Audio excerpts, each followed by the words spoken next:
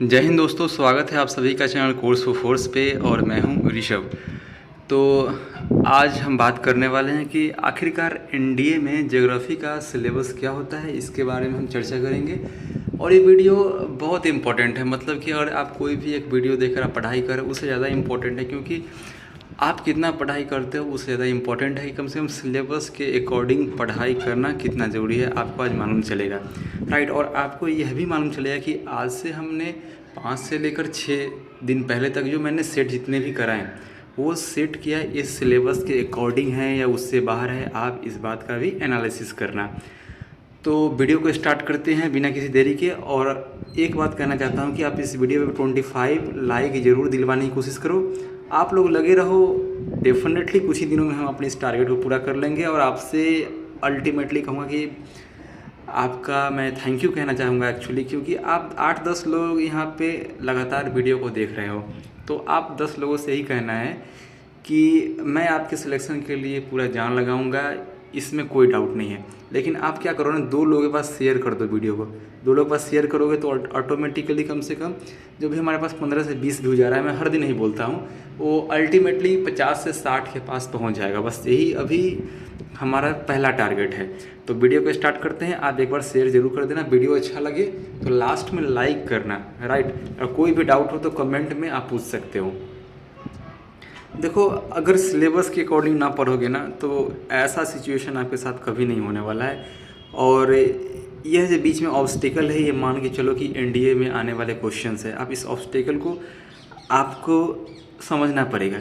देखो, यहाँ पे क्या उन लोग हैं जो सीधे इंडिया की प्रिपरेशन कर रहे हैं और जिनका सिलेक्शन हो जा रहा है, उन्हें लगता हुआ कि this is just a casual picture. लेकिन इसके पीछे का आपको इस सिचुएशन को समझना है, इसका सिलेबस को समझना है, इसके नेचर को समझना है, ये कितना हार्श है या कितना हमें एफर्ट डालने पे हम इस चोटी पे पहुँच जाएंगे।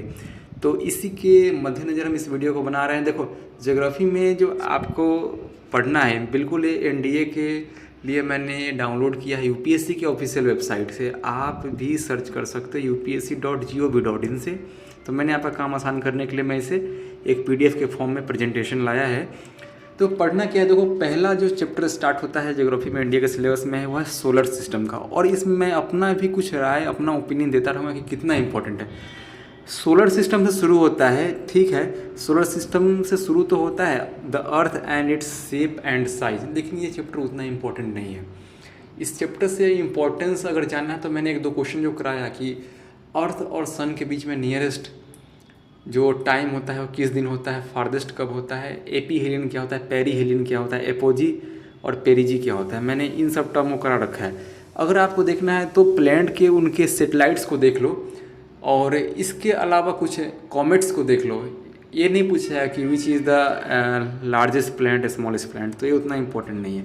अगला देखो, ओशियन करंट के बारे में मैंने एक क्वेश्चन तो कराया है। और पहले आपको ये बताना है कि मैंने इसी टॉपिक से क्वेश्चन करा रहा हूँ कि नहीं करा रहा हूँ, या अपने मन से कहीं से भी किसी बुक से छाप दे रहा हूँ।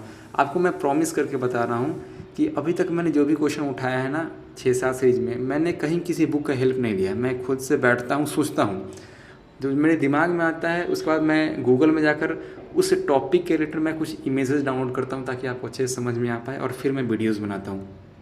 ओशियन करंट पे मैं बहुत ज़्यादा क्वेश्चन मैं करवाने वाला हूँ। अभी 1-2 ही करवाया हूँ कि ओशियन करंट का डायरेक्शन क्या होता है। मैं आपको याद होगा तो मैं ये क्वेश्चन कराया हूँ। ओशियन करंट इंपॉर्टेंट टॉपिक है, tides, atmosphere and its composition. बिल्कुल ओशियन करंट के अंदर ही आपको सब कुछ समझ लेना है। तो एक टॉपिक मान लो ओशियन करंट, आप इसके बगल में स्टार लगा के लिख देना। लैटिट्यूड एंड लॉन्गिट्यूड बहुत ही इंपॉर्टेंट है। लैटिट्यूड लॉन्गिट्यूड के बाद इसका डेट निकालना, टाइम निकालना, मतलब कि अगर लैटिट्यूड दिया रहा है तो टाइम निकाल सकते हैं हम इंटरनेशनल टाइम जोन से। और जो GMT है, जिसे ग्रीनविच मीन टाइम बोलते हैं और इंडियन स्टैंडर्ड टाइम बोलते हैं, दोनों के बीच का डिफरेंस 5.5 घंटा है। तो क्यों है ये सब हमको जानना होगा। लॉन्गिट्यूड क्या होता है, लैटिट्यूड कितना है, कितना लॉन्गिट्यूड है, किस तरह से डिवीजन है, तो इन सब के बारे में डिटेल से पढ़ना इंपॉर्टेंट है। Temperature and atmospheric pressure, planetary wind, cyclone, anti cyclone. देखो यहाँ पे साइक्लोन और विंड, प्लेनेटरी विंड काफ़ी इंपॉर्टेंट है। जैसे वेस्टर्लीज के बारे में आपने पढ़ा होगा, कोरियलिस फोर्स के बारे में पढ़ा होगा, उसके अलावा पोलर विंड के बारे में। तो विंड काफ़ी इंपॉर्टेंट है। इसके अलावा साइक्लोन इंपॉर्टेंट है, साइक्लोन का ही उल्टा होता है anti cyclone. Humidity, condensation and precipitation, मतलब बारिश के बारे में बात कर रहा है। ये डेफिनेटली ये जो टॉपिक है आप यहाँ से देख रहे हो क्लाइमेट चैप्टर में, तो क्लाइमेट चैप्टर भी इम्पॉर्टेंट है।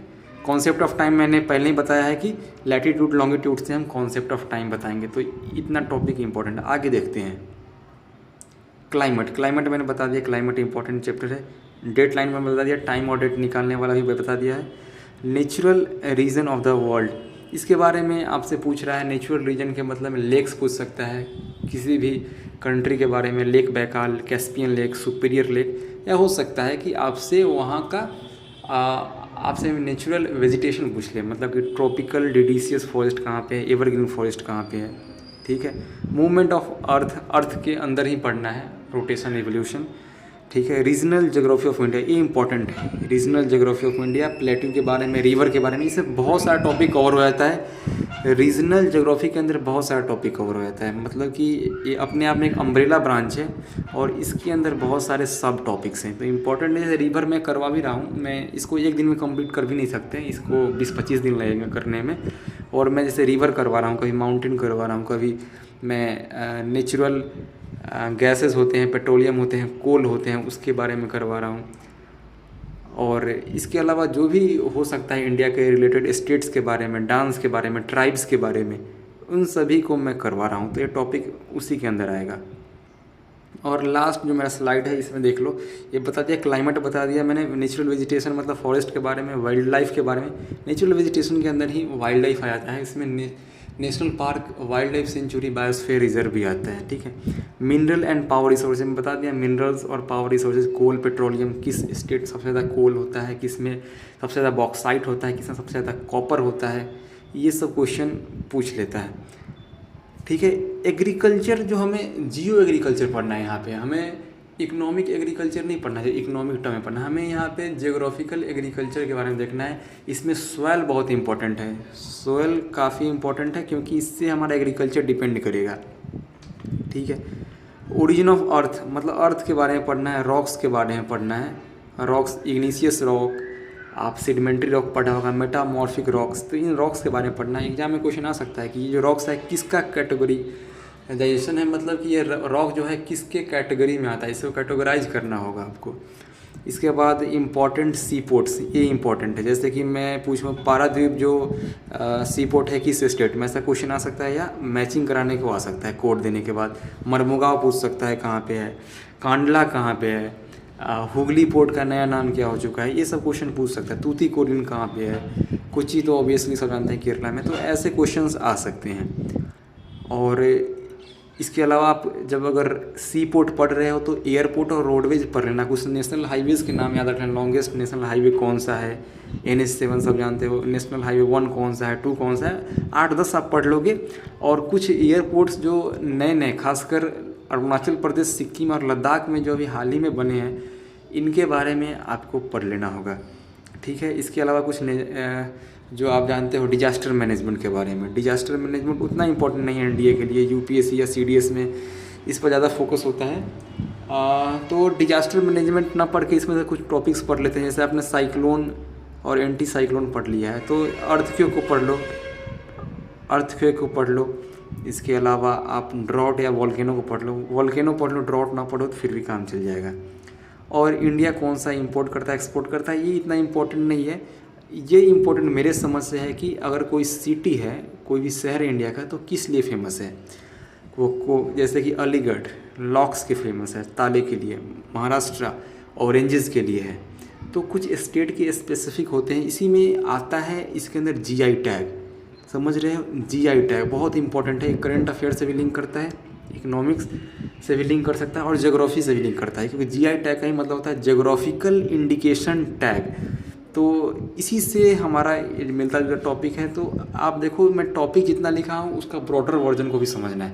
यहाँ पे सीधे क्या लिखा है, इंडिया का एक्सपोर्ट और इंपोर्ट। आपसे नहीं पूछा है कि इंडिया कितना केजी चावल और कितना केजी आटा जो है वो श्रीलंका को या कोई भी मलेशिया को एक्सपोर्ट करता है, ये नहीं। यहाँ पे जोग्राफिकल इंडिकेशन को पूछ सकता है। जैसे शाही लीची जो फेमस है वो कहाँ का GI टैग है। इसके अलावा मगही पान कहाँ का फेमस है, जैसे मगध का है।